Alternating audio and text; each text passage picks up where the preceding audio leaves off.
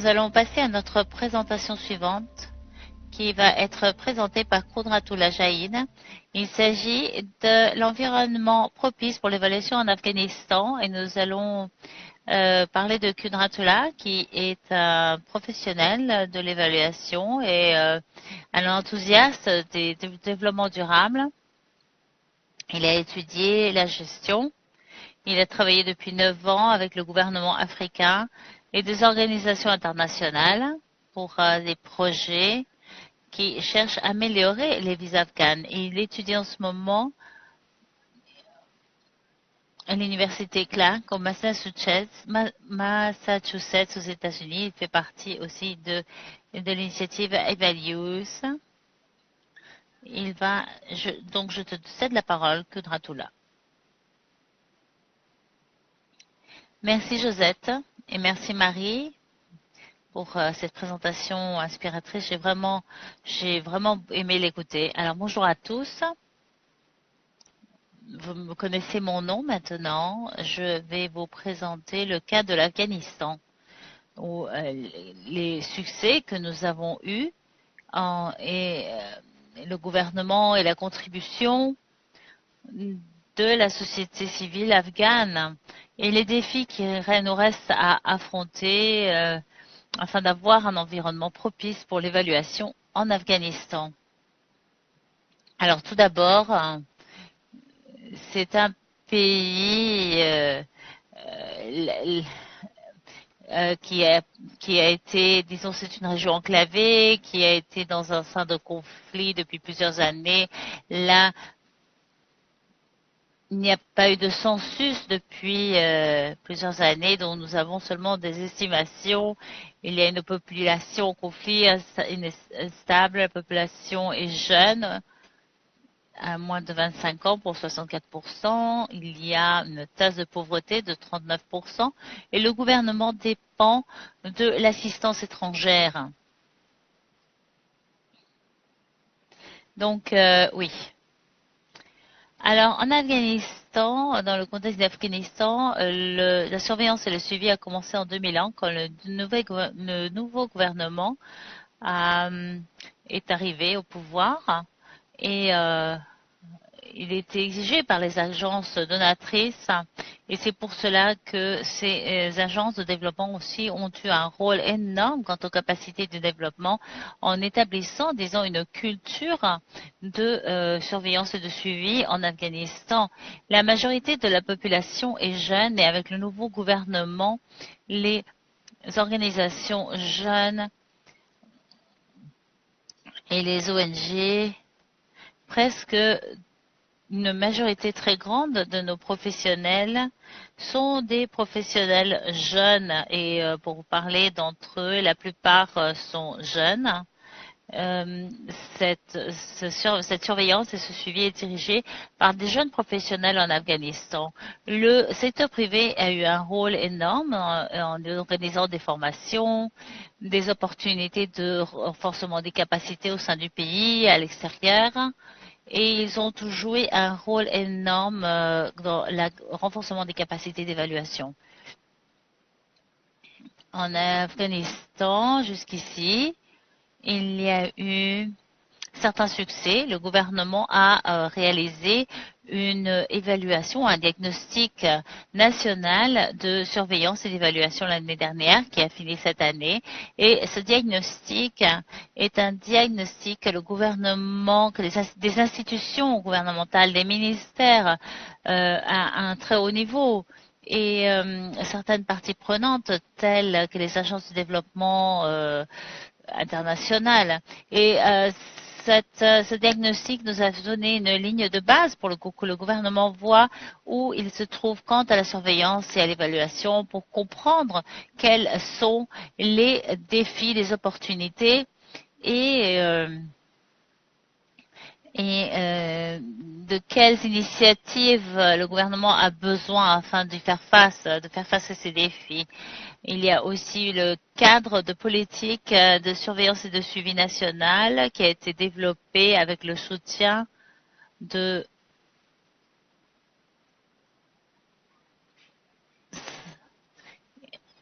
des organisations internationales et nationales.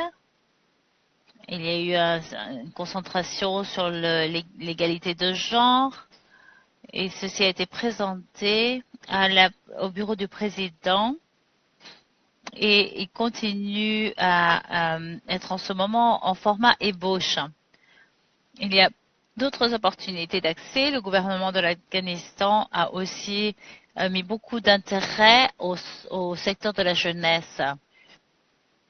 Il donne des opportunités aux jeunes. Il y a aussi des opportunités d'éducation, des emplois, etc. Avec ce nouveau gouvernement, il y a eu un énorme changement quant au leadership gouvernementaux. Quant à la communauté internationale et les donateurs internationaux, les Nations Unies ont commencé un programme énorme de 3 millions de dollars qui s'appelle Promote et qui cherche à former les femmes et les filles afghanes dans certaines professions, y compris la surveillance et le suivi. La société civile afghane travaille avec le gouvernement de l'Afghanistan et avec un nombre de parties prenantes qui comprennent le gouvernement de l'Afghanistan, la communauté internationale, le bureau du président et les agences de développement et la société civile. L'objectif de ce travail a été le plaidoyer pour la surveillance et le suivi, le plaidoyer pour établir un environnement propice, pour établir une culture d'évaluation dans le pays, et une contribution pour avoir un renforcement des capacités institutionnelles et individuelles au sein du pays, pour organiser un nombre de politiques et de processus de prise de décision que vous allez voir dans la diapositive suivante. Nous sommes dirigés par les professionnels, les jeunes évaluateurs émergents. Les jeunes professionnels ont des objectifs stratégiques. Nous voyons le besoin de former sur l'importance des évaluateurs émergents et d'autres professionnels pour renforcer les capacités en Afghanistan et dans l'environnement propice. Cela fait partie de nos objectifs.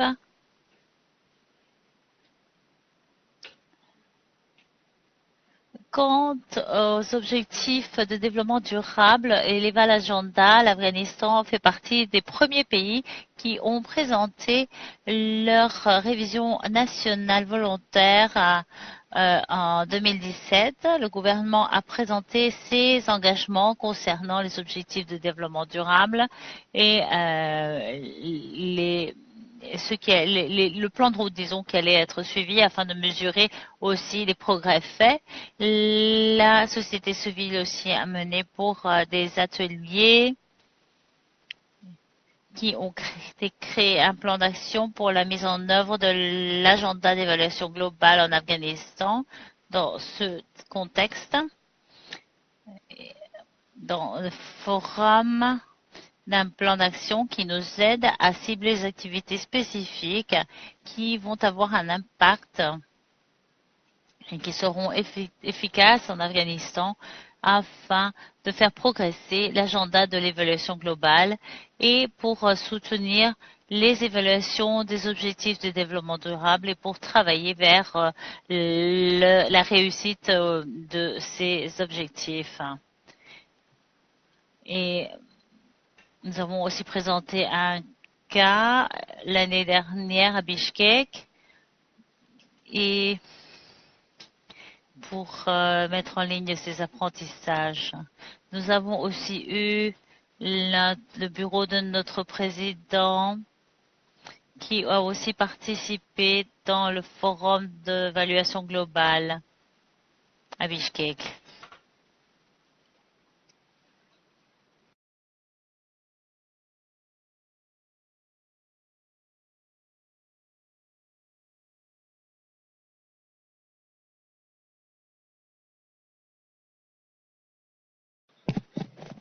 nous devons travailler sur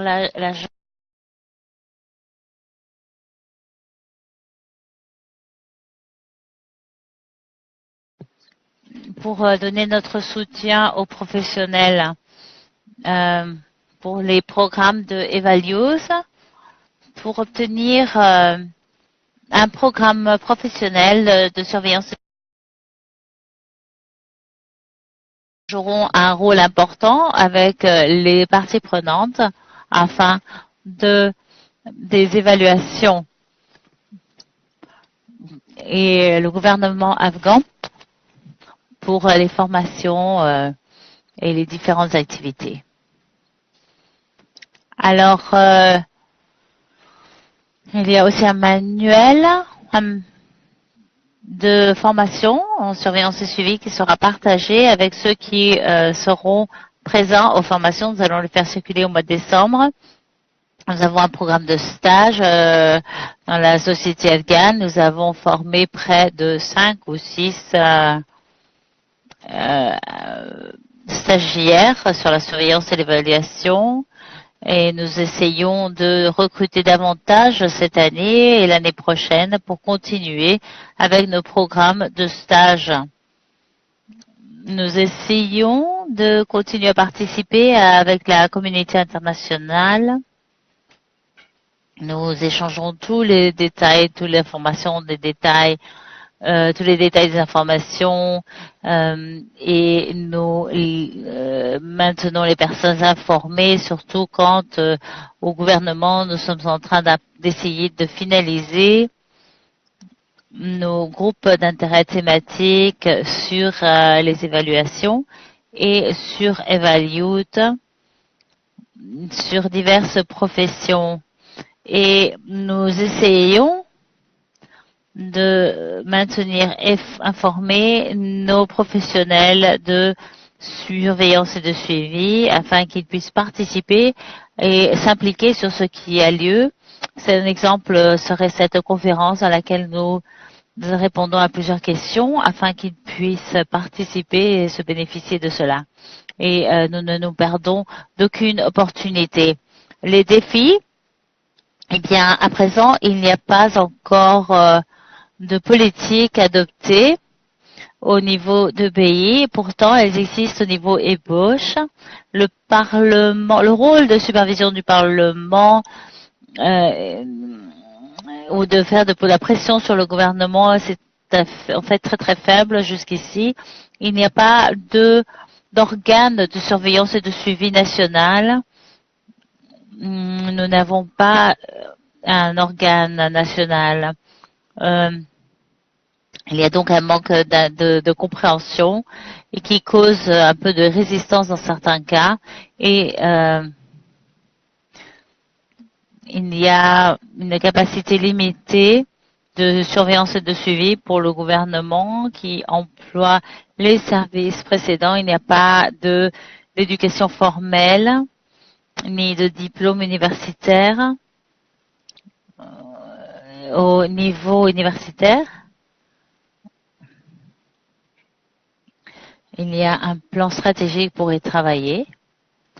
Et quant à cela, eh bien, j'ai fini ma présentation. Et je répondrai à vos questions. Merci beaucoup, Kwanatoula. Nous avons certaines questions pour vous.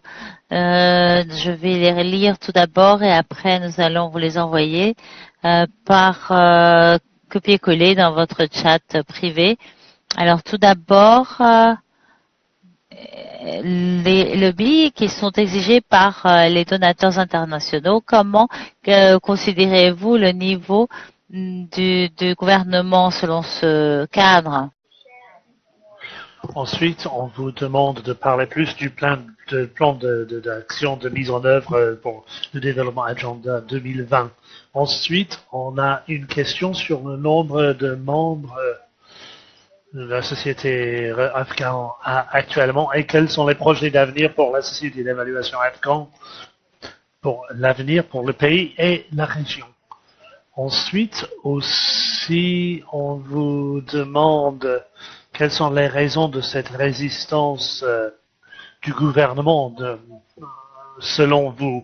Et quelles leçons que pouvez-vous appliquer en termes de contexte de nos relations à travers le monde? Donc, je vais vous envoyer les questions par chat, mais si vous voulez que je les répète, dites-moi et je vais reprendre la parole un instant pour répéter les questions.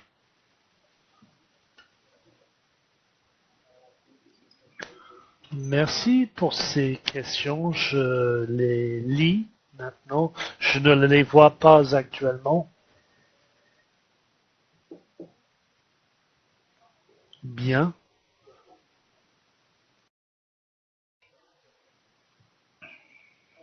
Le gouvernement afghan, avec ce nouveau gouvernement qui a pris place en 2015,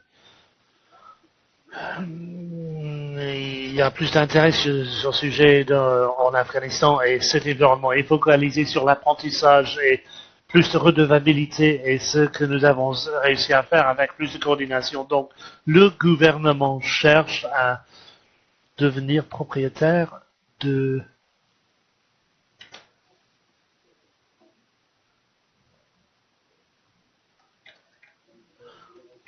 et on aimerait devenir propriétaire de ce sujet.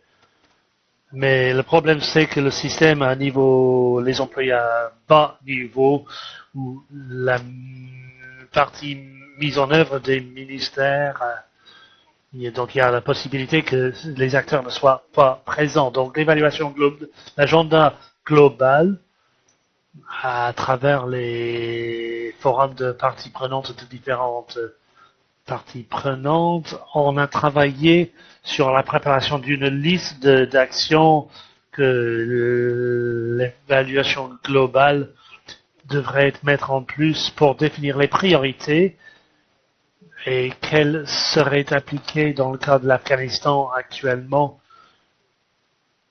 à travers les différentes ressources. Ensuite,